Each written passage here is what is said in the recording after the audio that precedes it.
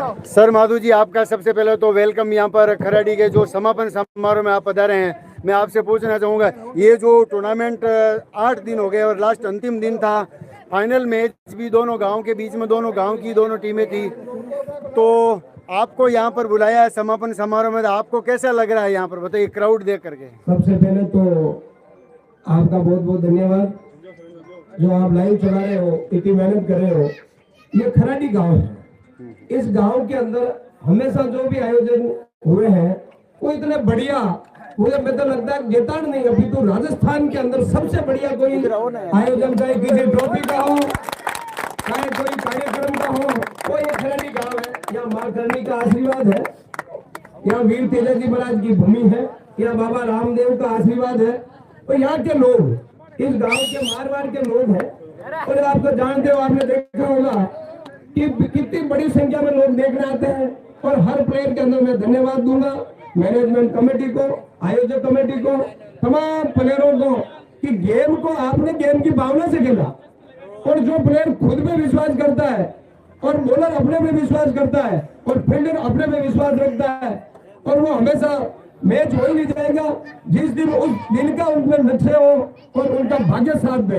ये क्रिकेट है, क्रिकेट हो चाहे कोई भी मैच हो, वो लक पे चलता है, और लक के साथ जिस दिन जिस आदमी का लक चल गया वो बड़े बड़े हो जाता है। और आप जानते हो कि आज इस गांव के अंदर हमें बाहर से भी प्लेयर आए हुए, तमाम गांवों से आए हुए, सबको धन्यवाद देंगे कि आप हमारे गांव में पधारे। आपका बड़ा स्वागत, आपका बहुत बहुत हम गांव की तरफ से मान सम्मान।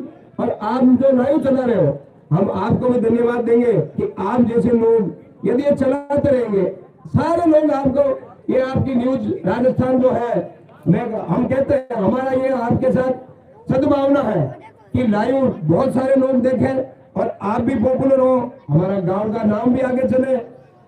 इस खराड़ी गांव के अंदर ये तपोभूमि है, इस तपोभूमि के अंदर सारे लोग ऐसे, आपको आपने देखा होगा कि कई गांवों के अंदर नहीं मिलते वैसे लोग, या शांति प्रिय लोग हैं। और मैं इसी गांव का बेटा हूँ, इसी गांव से पला पड़ा हूँ। आज राजस्थान के अंदर इस गांव की एक छाप छोड़ी मैंने आरएनपी के बेसमेंट पे, और आरएनपी के साथ हनुमान बेनीवाल का कंधा से कंधा मिलाकर मैंने काम किया। आज खराड़ी गांव का बंदा राजस्थान में जाके कई कहते मैं खराड़ी गांव का हूँ, हो सकता है कि मैंने इनका गांव का मान सम्मान नीचे नहीं होने दिया, पर पूरे राजस्थान के अंदर एक छाप छोड़ी, कम पड़ा। बाकी ज्यादातर लोग पढ़ लिख के भी गांव को नीचा दिखाते हैं, तो वो पढ़ाई भी काम की नहीं। मैं तो सबको, मेरे भाई को ये कहता हूँ, सारे अपने भाई हैं, और आप मान सम्मान के साथ सब लोगों के साथ मिलजुल कर रहे, सब लोगों के साथ। आप क्या पता कब कौन कब काम आएगा, और आप कहां से कहां चले जाओगे। जब एक गांव का बच्चा पढ़ लिख कर कलेक्टर एसपी बनता है, वो गांव का खुद का गौरव, गांव का पहले गांव का नाम आता है, फिर खुद का नाम आता है, फिर परिवार का नाम आता है। सभी भाइयों से निवेदन है कि आपने बहुत बढ़िया आयोजन रखा, मुझे भी मान सम्मान दिया। मैं तो आपका भाई हूँ, आपके लिए हमेशा गांव के लिए और आपके लिए तैयार रहता हूँ।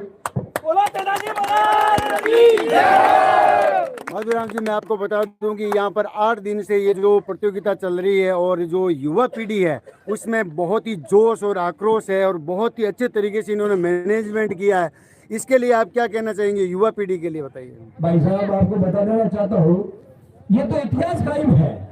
भगत सिंह ने नारा दिया था कि जिस तरफ युवा चलता है उस तरफ पूरा देश चलता है, जिस तरफ युवा चलता है उधर हवाएं चलती है, जिस तरफ युवा चलेगा वो शासन और प्रशासन को बदल देता है।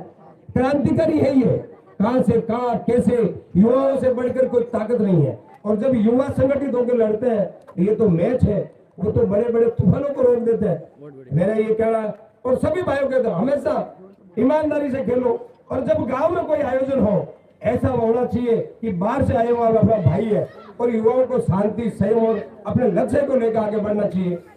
माधुराम जी, अभी जो ये ग्राउंड बना है, ये मैनेजमेंट कमेटी ने और युवा जो लोगों ने पैसे इकट्ठे करके बनाया है, सरकार जो मौजूदा सरकार है वो उनके तरफ से भी कुछ होना चाहिए, ये ऐसा हो नहीं रहा है। आप भी कुछ राजनेता हो तो उसके बारे में बताइए, मौजूदा सरकार के बारे में। देखिए भाई साहब, सरकारें आती रहेगी, जाती रहेगी, जो भी सरकार आएगी, चाहे अपन इनकी कहें चाहे जो चली गई, हमारा लक्ष्य कुछ अलग है।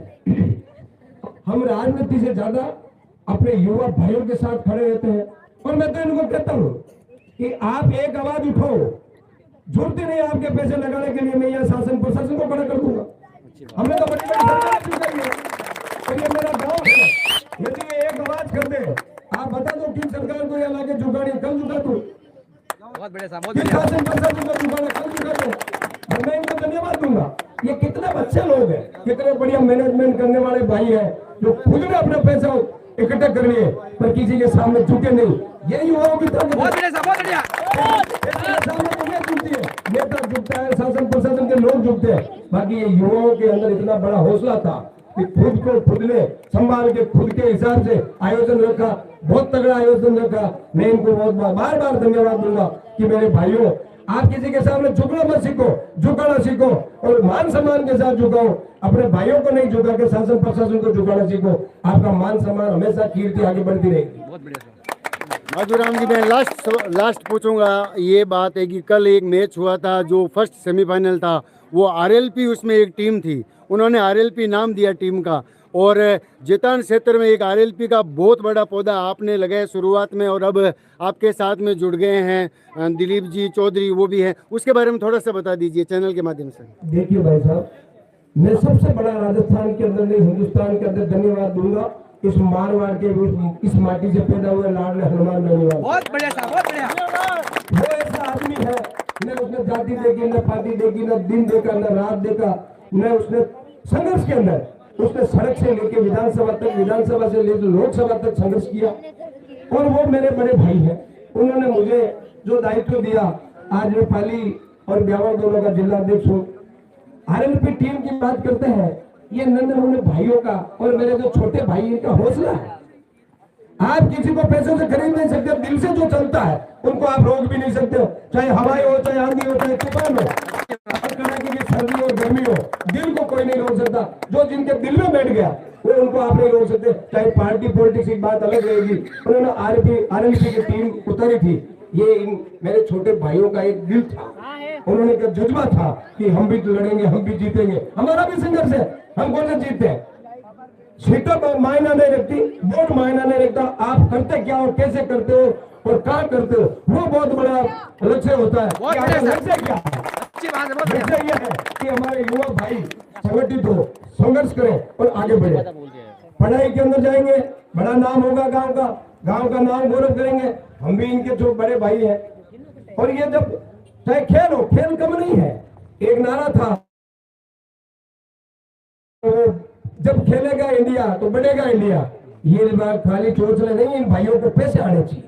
हर स्कूल के अंदर, हर खिलाड़ी के अंदर जब पैसे आएंगे तो खेलेगा इंडिया, तो बढ़ेगा इंडिया। आप किसी बच्चे के पास उनके खेलने के इक्विपमेंट्स नहीं है और आप नारा ठोक दे, नारा तो दुनिया बहुत सारा ठोकते हैं, पर आगे इन युवाओं को आगे ले जाने के लिए संघर्ष कौन कर रहा और इनकी बात कौन कर रहा, युवाओं के लिए लड़ कौन रहा, इनकी बेरोजगारी को देखते हुए लड़ कौन रहा, उस भाई का हमेशा मान सम्मान होना चाहिए और उस नेता का मान सम्मान होना चाहिए कि वो जब रात और दिन नहीं देख के लड़ाई लड़ रहा है। मैं उनको धन्यवाद दूंगा, मेरे सुप्रीमो को, कि उसने हमें भी काबिल बनाया। तो मैं ये सोचता हूँ मेरे जो भाई है किसी समय दिन और रात के अंदर बात करेंगे, मैं इनके साथ खड़ा रहूंगा। धन्यवाद साहब। महाराज की